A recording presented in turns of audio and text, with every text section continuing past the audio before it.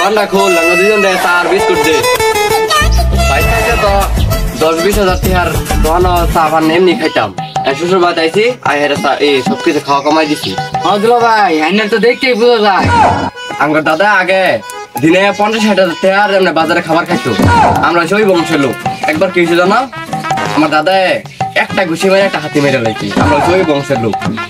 আর এই শ্বশুর বাড়ি তাই খাওয়া দাওয়া সব কমাই লাইছি। দেওয়ানা শরীর লাগে ভুগাই টুয়ে গেছে। আইনের দেখতেই বোঝা যায়। আচ্ছা ভোর বাড়িতে আইসুন কয়দিন হয়েছে? কয় মাস আর হইলো? 2 মাস হইলো সকলে। শ্বশুর বাড়ি তাই হেরা খাবার পাইলাম না কিছুই। এই গরুর গোস্ত আর মুরগি গোস্ত দিয়া এটা কি আর খাওয়াই? আমার বাড়ি থাকতে আমি পান্তা ভাতের কাঁচামরিচ দিয়ে ভাত খাই। আপনার শ্বশুর তো অনেক ভালো মানুষ, এটা তো আমি ভালো করে জানি। আর আইনে জানি কি বলেন, মহিষ আর ভাত ভাত? না শালা বাবু, আমি ওগুলা কইছি না। আমি কইছি আঙ্গর বাড়ি এই বড় বড় গরু উর্জব করে সেগুলা দিয়ে আমরা ভাত খাই। আমরা জানো না আমরা কি বংশের লোক। কি হয়েছে তোমার এলাকা, তোমার এলাকার একটা লোকও বানাবো। সি সি সি কি ভেলার যা জামাই ঘুর বাড়িতে এতদিন খায় 2 দিন ধরে থাকতেছে। ঘেরাই আমার কি করবো? জামাই বোন জামাই থাকে। আসসালামু আলাইকুম চাচা, ভালো আছুন? আমার কি ভালো থাকবার দিল? গ্রামে আমার সমালোচনা করে ওই বাড়ির জামাই আইছে 2-3 মাস ধরে ঘর আছে। হ্যাঁ ও আব্বা কোন সময় লাইন আমার কি কিছু কইলাই? কিছু তো কই না, তোমার একটা কি চাও নাই। আমি 2 বছর দিয়ে বিয়া করছি, শ্বশুর বাড়ি একটা দিনও জানাই। তাও একদিন গেছিলাম, মাত্র আধা ঘন্টা ছিলাম। লেগে না আমার শ্বশুর বাড়ির অনেক দাম, অনেক বেড়া দাম, আমার অনেক সম্মান করে আমারে। আব্বা ঠিকই কইছই, এনার বেড়া দাম এলাকায় তাই না শ্বশুর বাড়ি মা শ্বশুর বাড়ি মা এরা তো মূল্য করে। আমি তোমার হিড়ে কইনি তো, আমি কইছি ঘুর বাড়ি যা বেশি দিন থামন লাগে না, মাইকে বেড়া খারাপ কো। আব্বা ঠিকই কইছুন, হরুর বাড়ি যায় বেশি দিন থাউন লাগে না। যারা বেশি বেশি থাকে ওরা হচ্ছে পচালু। শ্বশুর বাড়ি কেমনে কই?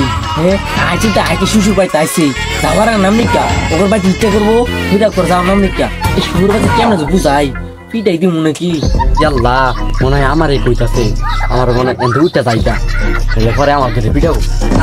চাচা আইনের জামাই যেন গপ্প করলো, আইনে বলে আইনের জামাই রে বালা মন্দা খাওয়ান না, আর আইনের জামাই বলে বালা বংশীয় লোক। তুমি ঠিকই কইছো, এটা জামাই ঘরেতি বংশের একদম। ওরা ঘরেতি বংশেরা সাইবা কথা খাইতে খাইতে পেটের নার হুগে আসছে একদম। চাচা আইনের জামাই তো একটুগুলো বদনাম করে গেল। আইনে বলে আইনের জামাই রে বালা মন্দা খাওয়ান না, আমি আর কই দিলাম আইনে বালা। হারামজাদার খাউন বন্ধ আর বাদ দিতাম না এটারে।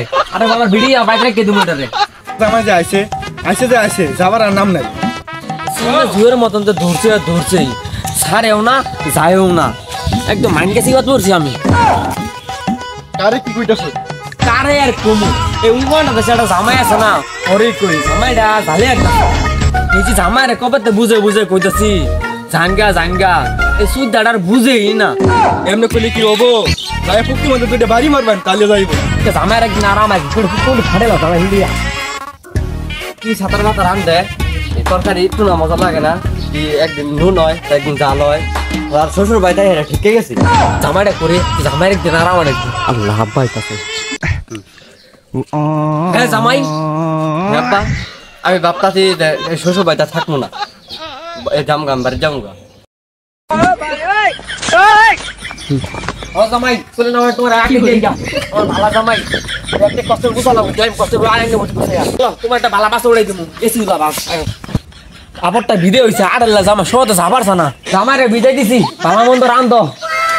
আব্বা বালা মন্দ রান্দাছে সাদি খাইয়াই যায়। আরে আমি রাতটা বিদায় যাই বাইতে তোরা বাস উড়াই দিমু আইতে ঘরে ঢুকাই দিমু।